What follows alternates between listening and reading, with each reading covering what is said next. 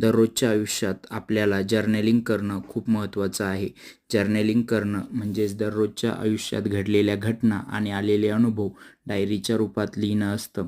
Journaling केल्यामुळे आपण आपल्या स्वतःचाच आरसा त्या रूपात पाहू शकतो.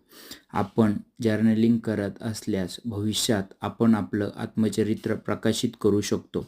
कधीकाळी आपल्याला एखाद्या दिवसाची आठवण झाल्यास आपण त्या दिवसाचं डायरीतलं पान काढून वाचू शकतो आणि त्या दिवशी आपल्याला आलेले अनुभव आपण आठवण करून आनंदी होऊ शकतो.